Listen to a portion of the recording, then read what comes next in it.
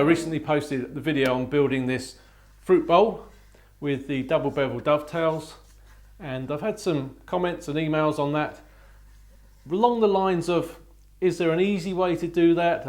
Can you give a bit more detail about how you work those out? You know, people are quite used to actually cutting dovetails, normal dovetails, but is there a way of doing these compound ones which is a little bit easier? So I'm going to show you a couple of methods here. I'm going to use some footage from a previous video I did many years ago, which lays out the geometric way of doing it. I'm going to show you a way you can use in the workshop which doesn't use any geometry or any maths at all. Hopefully the video will be useful. This is the shape of joint we want. We'll ignore the dovetails for the time being. The first step is to draw out an elevation and plan. To determine the starting width of the components, we look at the cross section through it and square up the corners. The length required is found by extending the sloped end up to the same height as the full width. By projecting the section from the elevation down into the plan view, we can read off the true end angle, which is the angle that the ends of our components need to be prepared at.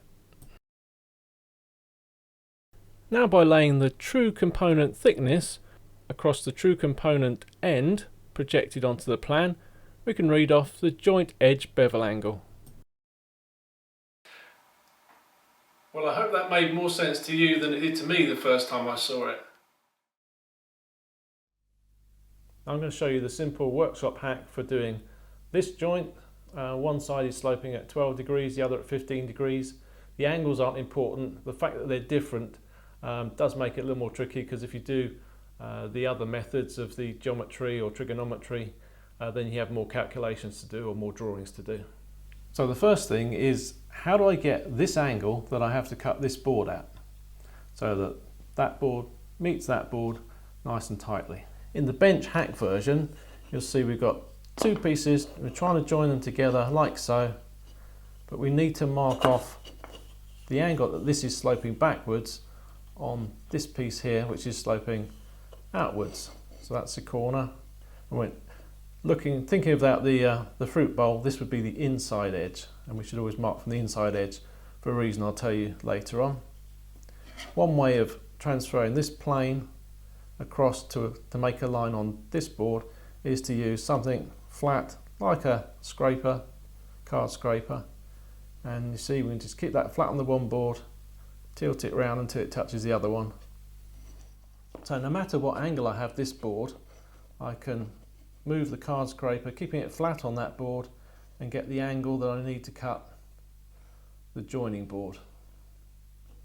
You need to be able to hold both of these pieces at 90 degrees to each other in this direction whilst they're flared out, and you need to hold them at that 90 so they don't move, and that's really quite awkward. Now at the moment these boards have got square edges on them, and obviously you can see that it's difficult. If they didn't have square edges, if you beveled them to the finished angle they need to be when the thing's put together, so this one is at 12 degrees, I've beveled the edges likewise, so that's hanging back at the right angle. If it was much taller, it would topple over anyway under its own weight. So whichever way you do it, cut a wedge which is at the right angle for the tilt, temporarily attach it. It may be some double-sided tape or a little bit of glue, a little hide glue that you could heat off later. That'll hold everything in place, and you can put a clamp on the top, hold the one piece, and when you've done your other piece with a wedge on it, you can hold that, and those two pieces are then at right angles to each other in this direction, and at the correct slope angles that you want your joint to be. And then you've got hands free to move the card scraper into position and mark your line. So let me explain what I've done here. I've clamped this one side, I've got a wedge behind it, and it's stopped from moving this direction by a bench dog. That's clamped down on the bench, not moving at all.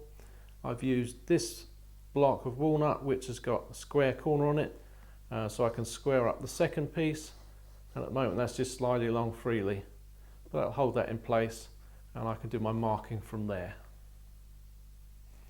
If I was using the card scraper, then I could put it down here like so, keep it flat against that surface and just rotate it against the second board and mark down here with a pencil. That's not the whole story, because the boards are hanging out from each other, both angled. The line I mark on this one, if I cut that using a plumb mitre cut, say on a mitre box or something, the cut at the back won't be in the right place. And to get around that, I came up with the idea of making a simple little jig here. It's a little U shape cut into a piece of MDF. The MDF gives me the flat surface. I can place that onto this one side, move it up close to that board, and I can mark up here. Gives me the one side. Let me just do that for you.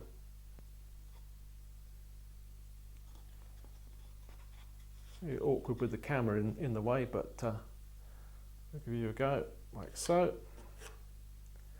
And the other side, if I move this whole thing back again, still keeping it flat against the joining side, I can then mark on the back side. That gives me the angle I want on that side, same angle on that side, but they're now in the right position. This line here is not directly above the line at the back. The reason being because this is at an angle. We've tilted it back at an angle, so if we put it down on a flat plane to cut it, those lines won't match up. And if we cut with a plumb mitre saw, say at a mitre box or something like that, cut along that line, the cut will come out on this side of that line and we'll get some waste left behind. Now I'm going to try and show you the that error. I've marked here exactly where that line comes out. I'll put that up on the edge of this board, and you may already see I've got a tick mark there. I've already done it once, but I didn't have the camera rolling. Bring a square in. We mark where that square is touching the board. And you can see it doesn't meet the end of that line. It's close, but it's not exactly there. So that means that the saw blade would come through about there on this line. Now, the bigger the bevel angle, the bigger the slope that you've got from vertical, the greater that error is going to be. So it becomes quite important. And what it would mean if you cut it with a plumb cut from this marked line, when you put your boards together, you'd find if you flushed the ends up, so butted the ends up to the one side, it wouldn't be at 90 degrees here, or if you made it at 90 degrees, then you'd end up with a gap in the middle. Now I find the explanation of this line not matching up with that line, if you cut it plumb, to be really difficult to try and explain and difficult to understand unless you're extremely good at visualizing things in 3D. But it's not important that you know why that happens, just that you do know it happens, and therefore that you need to mark on both sides if you want to cut and make it accurate. Now with the end prepared to those lines, you can slide it back in the little jig, use something flat for the back side. You see it comes up nice and tight, and it's tight on the inside as well, and with it in that position we can then mark for the baseline. Now the unfortunate thing with the baseline is it wants to be lined up with this face, so if we're using something with some thickness to it like this MDF, when we've got it set up ready to mark, so like that for this side, we should really be marking it on the back side. And again, move it back to do the outside face.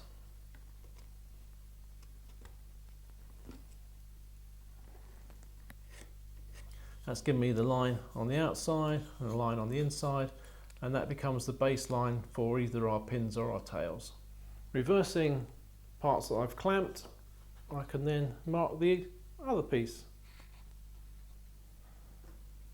On the one side I can directly mark from one part to the other, and then I can use the U-shaped jig to mark the outside edge.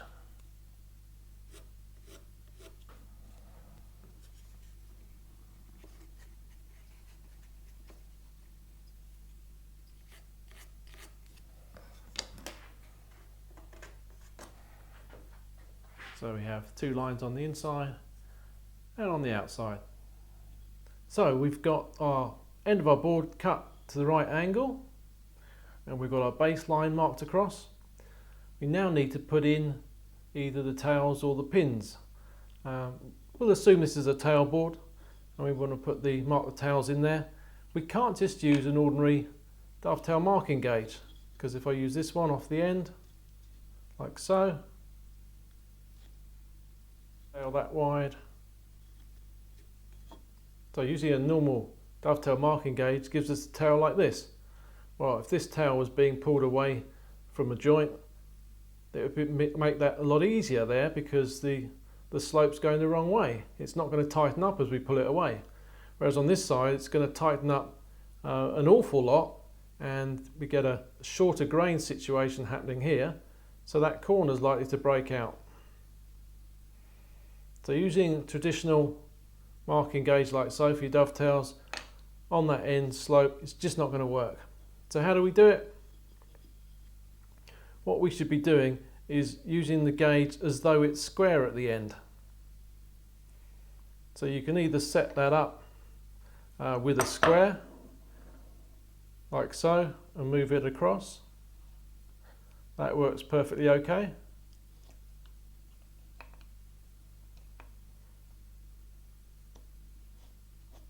So the gauge is being held against the square, and then we're getting lines like these, and that tail then has the same slope relative to the side of the part. Alternatively, we can just mark them in. So we'll put parallel line in for the middle of a tail, so parallel to the sides like so. And then we want to offset either side for the top of the tail, and then slightly narrower for the neck of the tail, and then simply join those together. So just bear that in mind when you're marking the tails. Now my good friend Chad Stanton, check out his channel, sent me this short video showing the large mock-up he did to show the problems that there are using tails set out in the standard way. Hey Mitch, I found this small sample board that I used at demonstration some years ago. This might help you figure out or explain the compound dovetail thing. So you could take a board and make your just regular dovetail on it, and then depending on what angle you cut it at, now you can see that the angles for the actual tail are different. So they start off the same, you can see they start off the same angle, but then after you make this beveled cut on it, they change. Well, thanks for that, Chad. Don't forget to check out Chad's channel. The last point to consider when you're marking the tails is, if you're doing tails first, when you mark for the one where the bevel's falling away behind it, just make sure that you're leaving enough distance there for a reasonable pin. So on the side you're marking it, you may find it's looking a bit fat. That's a little bit fatter than usual, but on the other side it's a little bit thinner than usual. We need to leave enough so that the pin will be strong enough. And when you get to the other end, the slope's going in the other direction, so just make sure you've left enough area this end, and don't worry about that being a little bit wider.